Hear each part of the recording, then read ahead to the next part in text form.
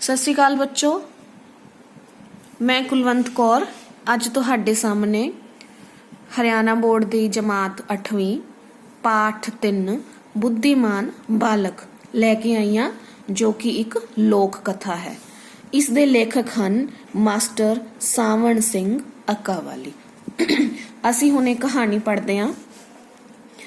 ਇੱਕ ਦਿਨ ਬੀਰਬਲ ਆਪਣੇ ਘਰ ਜਾ ਰਿਹਾ ਸੀ। ਉਸ ਨੂੰ ਪਾਟੇ ਪੁਰਾਣੇ ਕੱਪੜਿਆਂ ਵਿੱਚ ਇੱਕ ਬੱਚੇ ਨੂੰ ਦੇਖਿਆ। ਉਹ ਬੱਚਾ ਇੱਕ ਰੁੱਖ ਹੇਠ ਛਾਂ ਵਿੱਚ ਬੈਠਾ ਛੋਲੇ ਖਾ ਰਿਹਾ ਸੀ। ਉਹ ਬੱਚਾ ਆਪਣੇ ਮੂੰਹ ਵਿੱਚ ਇੱਕ ਇੱਕ ਦਾਣਾ ਪਾ ਰਿਹਾ ਸੀ। ਇਹ ਦੇਖ ਕੇ ਬੀਰਬਲ ਬੜਾ ਹੈਰਾਨ ਹੋਇਆ। ਬੀਰਬਲ ਨੇ ਬੜੇ ਅਚਰਜ ਨਾਲ ਪੁੱਛਿਆ, ਬੇਟਾ, ਤੂੰ ਇੱਕ ਇੱਕ ਦਾਣਾ ਮੂੰਹ ਵਿੱਚ ਕਿਉਂ ਪਾ ਰਿਹਾ ਹੈ? ਬੱਚਾ ਬੋਲਿਆ, ਸ਼੍ਰੀਮਾਨ ਜੀ, ਮੈਂ ਕਈ ਦਿਨਾਂ ਦਾ ਭੁੱਖਾ ਹਾਂ। ਅੱਜ ਮੈਨੂੰ ਇਹ ਥੋੜੇ ਜਿਹੇ ਛੋਲੇ ਮਿਲੇ ਹਨ। ਜੇ ਮੈਂ ਇਹਨਾਂ ਨੂੰ ਇੱਕਦਮ ਖਾ ਲਵਾਂਗਾ ਤਾਂ ਮੇਰਾ ਸਮਾਂ ਕਿਵੇਂ ਲੰਘੇਗਾ? ਬੇਸਹਾਰਾ ਬੱਚੇ ਦਾ ਬੁੱਧੀਪੂਰਨ ਉੱਤਰ ਸੁਣ ਕੇ ਬੀਰਬਲ ਬਹੁਤ ਖੁਸ਼ ਹੋਇਆ ਅਤੇ ਉਸ ਨੂੰ ਆਪਣੇ ਘਰ ਲੈ ਗਿਆ। ਉਸ ਦੀ ਆਪਣੇ ਪੁੱਤਰ ਵਾਂਗ ਦੇਖਭਾਲ ਕਰਨ ਲੱਗਿਆ। ਇੱਕ ਦਿਨ ਬਾਦਸ਼ਾਹ ਅਕਬਰ ਅਤੇ ਬੀਰਬਲ ਦਰਮਿਆਨ ਵਿਚਾਰ ਚਰਚਾ ਚੱਲ ਰਹੀ ਸੀ। ਬਾਦਸ਼ਾਹ ਅਕਬਰ ਨੇ ਬੀਰਬਲ ਨੂੰ ਸਵਾਲ ਕੀਤਾ, ਬੀਰਬਲ, ਸੰਸਾਰ ਦੀ ਸਭ ਤੋਂ ਵੱਡੀ ਵਸਤੂ ਕੀ ਹੈ? ਬੀਰਬਲ ਉਸ ਦਾ ਉੱਤਰ ਨਾ ਦੇ ਸਕਿਆ। ਉਸਨੇ ਇਸ ਪ੍ਰਸ਼ਨ ਦਾ ਉੱਤਰ ਦੇਣ ਲਈ ਇੱਕ ਹਫ਼ਤੇ ਦਾ ਸਮਾਂ ਮੰਗਿਆ ਅਤੇ ਘਰ ਆ ਗਿਆ। ਘਰ ਆ ਕੇ ਬੀਰਬਲ ਨੇ ਬਹੁਤ ਸੋਚਿਆ, ਪਰ ਇਸ ਪ੍ਰਸ਼ਨ ਦਾ ਉੱਤਰ ਨਾ ਮਿਲਿਆ। ਇਸ ਤਰ੍ਹਾਂ ਸੋਚਦੇ ਸੋਚਦੇ ਹਫ਼ਤਾ ਪੂਰਾ ਹੋਣ 'ਚ ਸਿਰਫ ਇੱਕ ਦਿਨ ਬਾਕੀ ਰਹਿ ਗਿਆ। ਬੀਰਬਲ ਨੂੰ ਫਿਕਰਮੰਦ ਦੇਖ ਕੇ ਉਹ ਬੱਚੇ ਨੇ ਪੁੱਛਿਆ, ਪਿਤਾ ਜੀ, ਆਪ ਫਿਕਰਮੰਦ ਕਿਉਂ ਹੋ? ਬੀਰਬਲ ਨੇ ਆਪਣੀ ਸਮੱਸਿਆ ਦੱਸੀ। ਪ੍ਰਸ਼ਨ ਸੁਣ ਕੇ ਬਾਲਕ ਬੋਲਿਆ, ਪਿਤਾ ਜੀ, ਆਪ ਚਿੰਤਾ ਨਾ ਕਰੋ।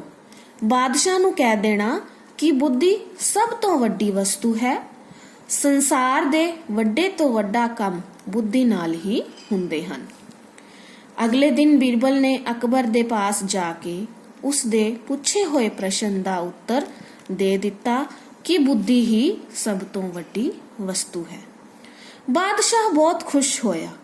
ਉਸਨੇ ਤੁਰੰਤ ਇੱਕ ਹੋਰ ਪ੍ਰਸ਼ਨ ਕਰ ਦਿੱਤਾ, ਅੱਛਾ, ਇਹ ਦੱਸੋ ਕਿ ਬੁੱਧੀ ਦਾ ਭੋਜਨ ਕੀ ਹੈ? ਜੇ ਇਸ ਦਾ ਉੱਤਰ 2 ਹਫ਼ਤੇ ਵਿੱਚ ਨਾ ਦਿੱਤਾ ਗਿਆ ਤਾਂ ਤੈਨੂੰ ਮੌਤ ਦੀ ਸਜ਼ਾ ਦਿੱਤੀ ਜਾਵੇਗੀ। ਬੀਰਬਲ ਸਾਹਮਣੇ ਇਹ ਸਮੱਸਿਆ ਖੜੀ ਹੋ ਗਈ। ਉਹ ਘਰ ਆ ਗਿਆ। ਬਾਲਕ ਨੇ ਬੀਰਬਲ ਨੂੰ ਉਦਾਸ ਦੇਖ ਕੇ ਸਮਝਿਆ ਕਿ ਬਾਦਸ਼ਾਹ ਨੂੰ ਜਵਾਬ ਪਸੰਦ ਨਹੀਂ ਆਇਆ। ਬਾਲਕ ਦੁਖੀ ਹੋ ਕੇ ਬੋਲਿਆ, ਪਿਤਾ ਜੀ, ਕੀ ਬਾਦਸ਼ਾਹ ਨੂੰ ਉੱਤਰ ਪਸੰਦ ਨਹੀਂ ਆਇਆ, ਜਿਸ ਕਰਕੇ ਆਪ ਉਦਾਸ ਹੋ? ਬੀਰਬਲ ਨੇ ਬੱਚੇ ਨੂੰ ਬਾਦਸ਼ਾਹ ਦਾ ਦੂਜਾ ਪ੍ਰਸ਼ਨ ਦੱਸਿਆ। ਬੱਚੇ ਨੂੰ ਤੁਰੰਤ ਉੱਤਰ ਸੁਝਿਆ ਤੇ ਉਸਨੇ ਬੀਰਬਲ ਨੂੰ ਕਿਹਾ, ਬੁੱਧੀ ਚਿੰਤਾ ਖਾਂਦੀ ਹੈ। ਜਿਹੜੇ ਬੁੱਧੀਮਾਨ ਹੋਣ ਉਹੀ ਚਿੰਤਾ ਕਰਦੇ ਹਨ। ਬੁੱਧੀਹੀਣ ਲੋਕ ਨਿਸ਼ਚਿੰਤ ਰਹਿੰਦੇ ਹਨ। ਬੀਰਬਲ ਨੇ ਆਪਣੇ ਪੁੱਤਰ ਨੂੰ ਸ਼ਾਬਾਸ਼ੀ ਦਿੱਤੀ ਅਤੇ ਬਾਦਸ਼ਾਹ ਦੇ ਪਾਸ ਜਾ ਕੇ ਦੂਜੇ ਪ੍ਰਸ਼ਨ ਦਾ ਉੱਤਰ ਦੇ ਦਿੱਤਾ। ਬਾਦਸ਼ਾਹ ਫਿਰ ਬਹੁਤ ਪ੍ਰਸੰਨ ਹੋਇਆ, ਖੁਸ਼ ਹੋਇਆ। ਬਾਦਸ਼ਾਹ ਬੋਲਿਆ, ਚੰਗਾ, ਜਾਓ ਅਤੇ ਇਹ ਪਤਾ ਕਰੋ ਕਿ ਬੁੱਧੀ ਕੀ ਪੀਂਦੀ ਹੈ। ਬੀਰਬਲ ਫਿਰ ਫਿਕਰ 'ਚ ਪੈ ਗਿਆ। ਉਹ ਸੋਚ ਵਿੱਚ ਪੈ ਗਿਆ ਕਿ ਪਹਿਲੇ 2 ਪ੍ਰਸ਼ਨਾਂ ਦੇ ਉੱਤਰ ਉਹ ਬਾਲਕ ਨੇ ਦੇ ਦਿੱਤੇ, ਪਰ ਜੇ ਇਸ ਦਾ ਉੱਤਰ ਨਾ ਦੇ ਸਕਿਆ ਤਾਂ ਫਿਰ ਕੀ ਹੋਵੇਗਾ? ਇਹ ਸੋਚ ਵਿਚਾਰ 'ਚ ਡੁੱਬਿਆ ਹੋਇਆ ਬੀਰਬਲ ਜਦ ਘਰ ਪਹੁੰਚਿਆ ਤਾਂ ਬਾਲਕ ਨੇ ਫਿਰ ਪੁੱਛਿਆ, ਪਿਤਾ ਜੀ, ਹੁਣ ਕੀ ਹੋਇਆ ਹੈ? ਬੀਰਬਲ ਨੇ ਬਾਦਸ਼ਾਹ ਦੇ ਇੱਕ ਹੋਰ ਪ੍ਰਸ਼ਨ ਬਾਰੇ ਦੱਸਿਆ ਤਾਂ ਬਾਲਕ ਬੋਲਿਆ, ਬੁੱਧੀ ਕ੍ਰੋਧ ਨੂੰ ਪੀ ਜਾਂਦੀ ਹੈ। ਬੁੱਧੀਮਾਨ ਮਨੁੱਖ ਹੀ ਕ੍ਰੋਧ ਪੀ ਸਕਦਾ ਹੈ। ਨਿਰਬੁੱਧੀ ਤਾਂ ਗੱਲ-ਗੱਲ ਤੇ ਕ੍ਰੋਧਵਾਨ ਹੋ ਜਾਂਦਾ ਹੈ। ਨਿਰਬੁੱਧੀ ਯਾਨੀ ਕਿ ਮੂਰਖ, ਜਿਸ ਦੇ ਵਿੱਚ ਬੁੱਧੀ ਨਾ ਹੋਵੇ। ਬੀਰਬਲ ਨੇ ਇਸ ਦਾ ਉੱਤਰ ਜਾ ਕੇ ਅਕਬਰ ਨੂੰ ਦੱਸਿਆ ਤਾਂ ਉਹ ਇਹ ਜਵਾਬ ਸੁਣ ਕੇ ਬਹੁਤ ਖੁਸ਼ ਹੋਇਆ ਅਤੇ ਬੀਰਬਲ ਨੂੰ ਬਹੁਤ ਸਾਰਾ ਇਨਾਮ ਵੀ ਦਿੱਤਾ। ਬੀਰਬਲ ਘਰ ਜਾਣ ਲੱਗਿਆ ਤਾਂ ਬਾਦਸ਼ਾਹ ਨੇ ਉਸ ਨੂੰ ਵਾਪਸ ਬੁਲਾ ਲਿਆ ਅਤੇ ਕਿਹਾ, ਤੂੰ ਮੇਰੇ 3 ਪ੍ਰਸ਼ਨਾਂ ਦੇ ਜਵਾਬ ਤਾਂ ਸਹੀ ਦੇ ਦਿੱਤੇ ਹਨ, ਬਸ ਇੱਕ ਆਖਰੀ ਸਵਾਲ ਦਾ ਉੱਤਰ ਵੀ ਦੇ ਕੇ ਚਲਿਆ ਜਾਣਾ।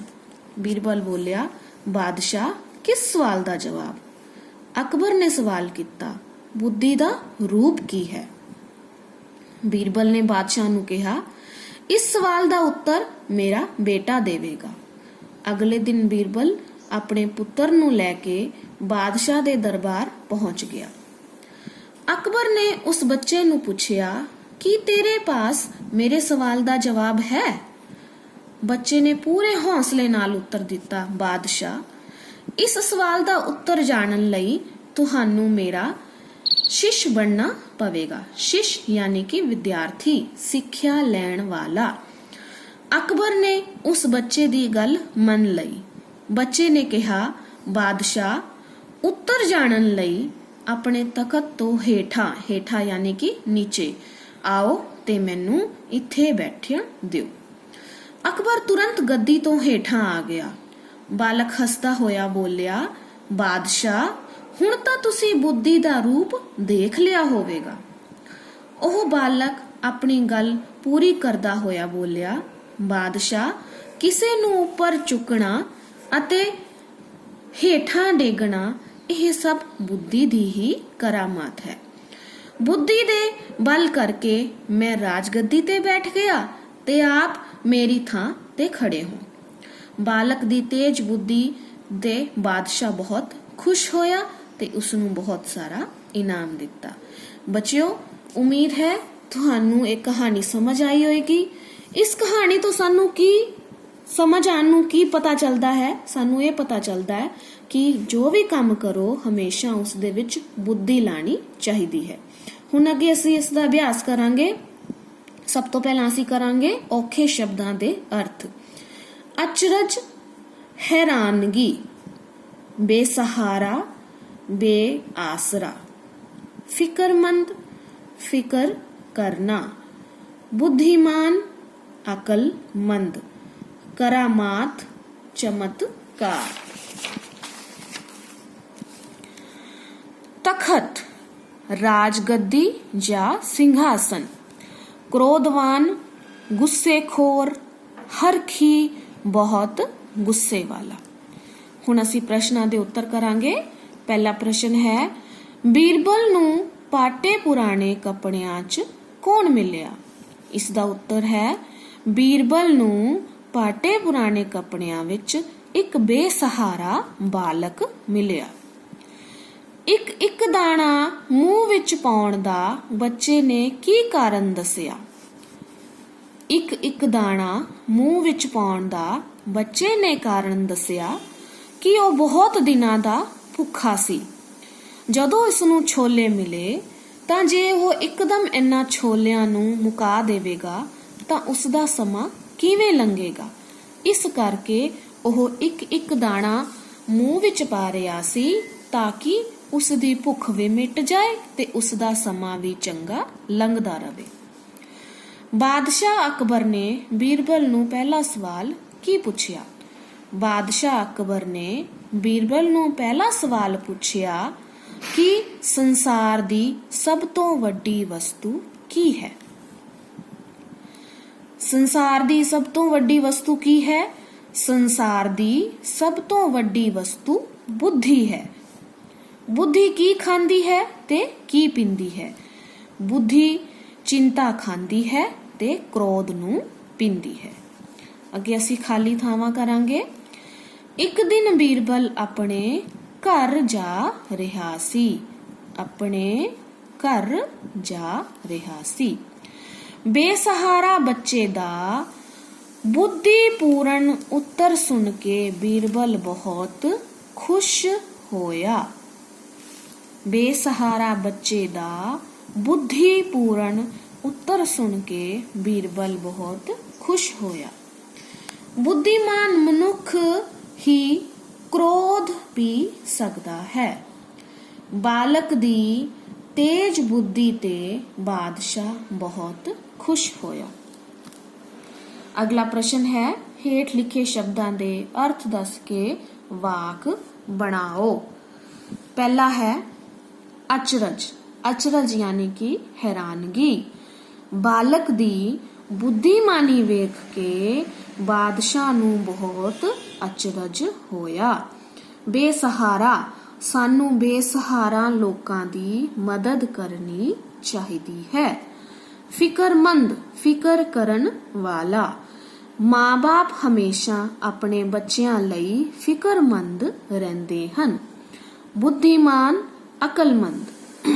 ਬਾਲਕ ਬਹੁਤ ਬੁੱਧੀਮਾਨ ਸੀ।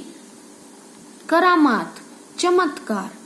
ਜਾਦੂਗਰ ਨੇ ਜਾਦੂ ਦੇ ਖੇਲ ਵਿੱਚ ਬਹੁਤ ਕਰਾਮਾਤ ਦਿਖਾਈ। ਕ੍ਰੋਧਵਾਨ, ਕ੍ਰੋਧਵਾਨ ਗੁੱਸੇ ਵਾਲਾ। ਸਾਨੂੰ ਕਦੇ ਵੀ ਕ੍ਰੋਧਵਾਨ ਨਹੀਂ ਹੋਣਾ ਚਾਹੀਦਾ। ਉਮੀਦ ਕਰਦੀ ਹਾਂ ਤੁਹਾਨੂੰ ਮੇਰੇ ਦੁਆਰਾ ਇਹ ਪੜ੍ਹਾਇਆ ਪਾਠ ਸਮਝ ਆਇਆ ਹੋਣਾ। ਜੇ ਤੁਸੀਂ ਕੋਈ ਸੁਝਾਅ ਦੇਣਾ ਚਾਹੁੰਦੇ ਹੋ ਤਾਂ ਮੈਂ ਉਹਨਾਂ ਦਾ ਇੰਤਜ਼ਾਰ ਕਰਾਂਗੀ। ਧੰਨਵਾਦ।